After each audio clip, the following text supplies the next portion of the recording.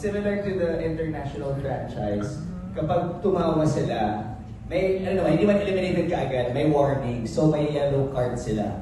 Pero as simple as smiling or konting lift lang ng lips niya, smirk, ano na yun, counted yun kaagad as smile. And then kapag ulitin nila yun, mapapatawan sila ng red card, automatically eliminated from the show, from the contest. Oh, so yung red card na minention nga natin kanina, that's basically a signal of somebody getting eliminated. So balik lang tayo kay Meme.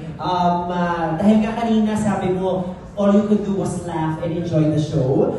Gusto namin malaman, may ambag ka din ba para mapatawan yung mga contestants? Meron ka rin bang attempt to maybe eliminate some of them?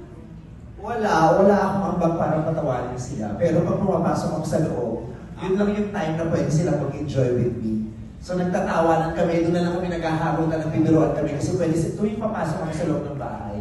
Ibig sabihin, meron akong pangit na balita ibibigay sa kanila. So bago ko ibigay yung bad news or yung verdict, mag-uusap-usap naman muna kami doon.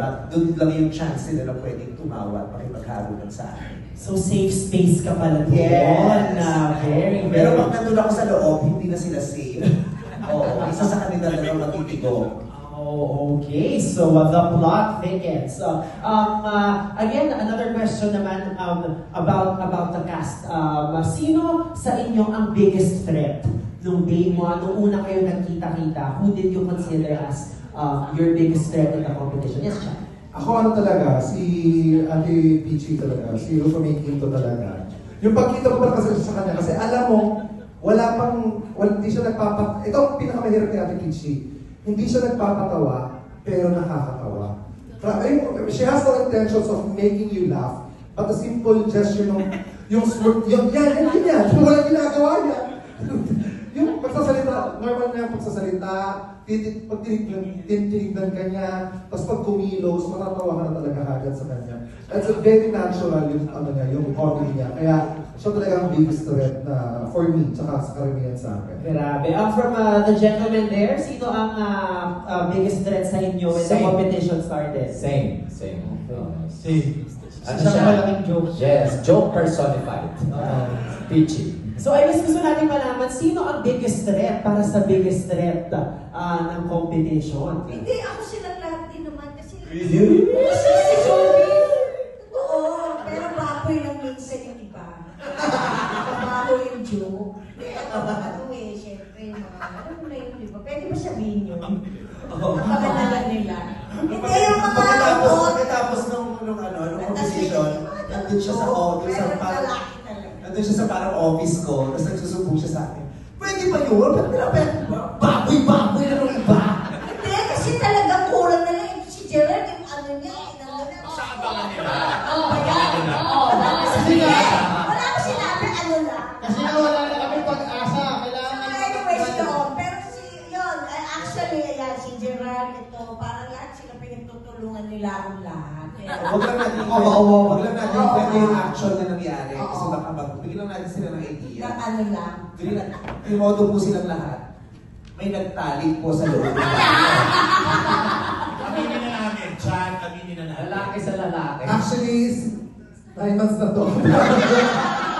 Becky, magiging ama ka na. Okay, yeah. Siguro, this question is for Tuesday. Yes. So this is a strategy game. So may mga alliances bang naganap very quickly? Oo. Pagpasok ko kasi para lang sa awareness ng press, wala po kaming kaalam-alam kung sino makakalaban namin. So yun yung, ang sabi ng 10. Kaya nung pumasok si Vice, pag 11, nanalo kami natakot, kala namin kasali siya. Sa totoo po tayo. Akala namin ni Kim ko, sana totoo. Kasi isa-isang pumapasok. So lahat isa-isa. Alam mo yung feeling na masaya kasi makakasama mo sila. Na meron mo, makasama tayo sa project niya. So, sa madaling salita ba, sa simula, pupunuin ka nila ng pag-asa hanggang nung pumapasok na, kasi sila na yung pag-asa. Tapos si Bebe, nung pumasok siya, hindi ka pa sinasabi. Meron lang siyang... Seryoso lang siya.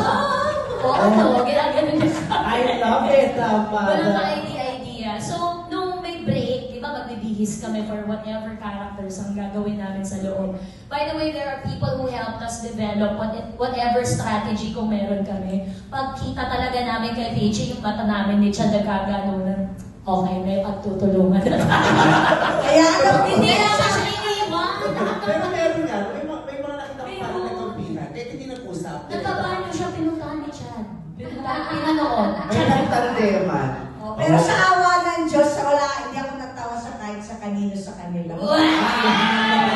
Okay, baka may masabi pa. Okay, but may dramatics din pala involved. So, our next question, of course, is for our showrunners. So this is for Darren. So, LOL Philippines is an Amazon original, but can you share with us how we added a Filipino twist to the show?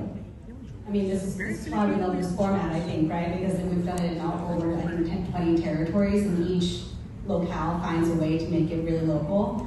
And this one, I mean, setting it at Lola's house, I think I need ka, Peachy. Suso kasi Peachy. Suso ka na si Peachy. Is there a magic in the house? Sorry. Setting it at Lola's house, I think is a very good way, right? We, of course, have the cream of the crop here, the best of the best, and seeing them with their individual kind of strategies, characters going in. That's been the most fun for me as a Thai person, like to watch, because even I can appreciate that, right? Yes, thank you. For Madonna, so we can feel the chemistry of the cast, but you felt this like way earlier than all of us. But can you share with us, just like as a show producer, how inspiring that was while filming was happening? Maybe I'll go back to English. When we were just doing the casting, I think that was a very crucial aspect of the show. We made sure that all of them come from different types of comedy. I think that was important. And the kind of, the kind of comedians that they are, because we're very familiar with that. So the 10 was brought together. We feel that I think we have it, right? And then when they got in one by one, when they were called, we felt already this was going to be a very, very good group, because all of them reacted so well to each other. Okay? They focused on Peachy because she was the biggest threat, because she's such a natural. So there's a natural, there's a bungis-ngis, there's somebody who's so deadpan, there's somebody who just reacts. So I think that's the beauty of everybody. Plus, of course, Vice being the host and being able to thread all of them and toe the line. I think that was really that's where the chemistry came from. So each one of them brought their own brand of comedy, and all of them just reacted to that, because it wouldn't work if none of them would react, right? Because that's not the game. So it was important that they all made sure they strategized, they formed alliances, and it was just natural. It wasn't, they didn't talk about it, just like what Tuesday and Kim said. They didn't know that they were going to meet these gentlemen and these ladies. Wow, very exciting. And I'm sure damang-dama naman natin ang chemistry ng ating cast. So it's now time to open the floor for questions from the press. So we have microphones set up here. Let us know your name, the outfit or publication that you're from, and who your question is for, if you have a specific question.